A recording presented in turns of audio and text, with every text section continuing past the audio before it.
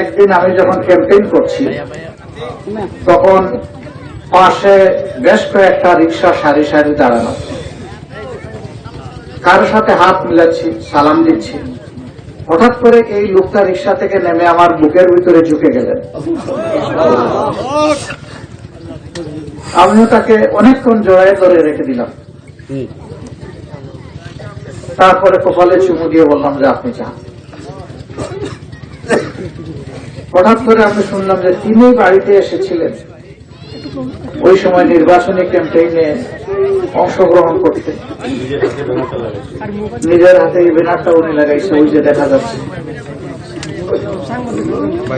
এর মাঝে আল্লাহ তাআলা তাকে নিয়ে গেছেন হার্ট স্ট্রোক করে। 5 মাস আগে আমারও বাইপাস সার্জারি হয়েছে। আমি একটা বক্তব্য রাখতে গিয়ে সরার্জি উদ্যানে হঠাৎ করে আমি জ্ঞান হারিয়ে পড়ে গেছিলাম। দ্বিতীয়বার উঠলাম, আবার পড়ে গেলাম। তৃতীয়বার বসেই অল্প 7 মিনিট কথা বলার আল্লাহ আমাকে সুযোগ দিয়েছে।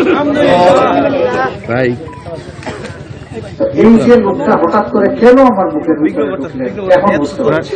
বারবার বলছি আমি 2 শ্রেণীর মানুষের সাথে মিশে দারুণ আনন্দ পাই। একটা হচ্ছে ছোট বাচ্চারা, এরা মাসুম, এরা বেগুনাহ। এরা কাছে আসলে মনে হয় কিছু ফেরেশতার সাথে আমি আছি। আরেকজন লোক কঠোর পরিশ্রম করে, দিন আনে দিন খায়, রক্ত পানি করে ঘাম জড়ায় পরিবারের মুখে হালাল খাওয়ার রিজিক তুলে দেওয়ার জন্য। অনেক সময় সদা কাপড় লোকেরা একটু তাদেরকে এড়িয়ে চলেন, তাদের গায়ের গন্ধ লেগে যায় কিনা, তাদের গায়ে তো ঘাম লেগে থাকে। আমার কাছে এটা ঘাম না, শতভাগ হালাল বুঝি যে মানুষের গায়ের গামকে আমার কাছে আতর আতর মনে হয়। আমি দেখেছি আমার মতো কিছু লোক বিশেষ বিশেষ সিজনে এই গরিব মানুষগুলোর সাথে হাত মিলান। একটু যখন তাদের থেকে আড়াল হয়ে যান তখন রুমাল বের করে অথবা টিস্যু পেপার দিয়ে হাত মুছে, আর আমি ওই ঘাম গুলা এনে আমার মুখে মুছি। আমি এদের প্রতি অন্তর কলিজার ভিতর থেকে শ্রদ্ধা করি। এই লোকগুলা একজন সম্পদশালী মুমিনের চাইতে 500 বছর আগে আল্লাহর জান্নাতে ঢুকবে।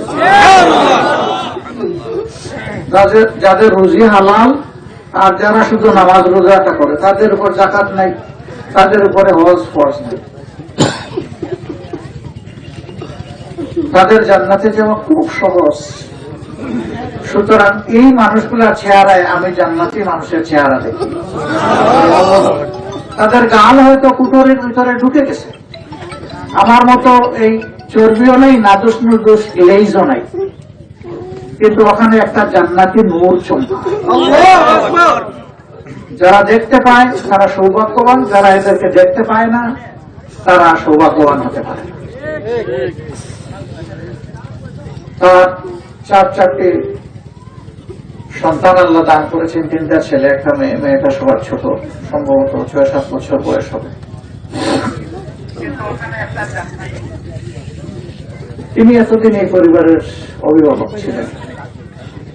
মহান রব্বে কারিমের দরবারে দোয়া করি তিনি নিজেই, আল্লাহ নিজেই যেন এই পরিবারের এখন অভিভাবক। আর আমি তার পরিবার আমাকে কৃতজ্ঞ করেছেন। তাদের সাথে আমি 2টা কথা বলার সুযোগ পেয়েছি। আমি ওই ছোট বাচ্চাটা, যার বয়স 7 বছর, মেয়েটা, ও ইনশাআল্লাহ লেখাপড়া করবে যেমন লেখাপড়া করে আমার নাতি নাতনিরা। ও বড় হবে, ওর বিয়ে হবে, এই সময়টা পর্যন্ত ইনশাআল্লাহ আমি এই পরিবারের সদস্য, যদি আল্লাহ আমাকে হায়াত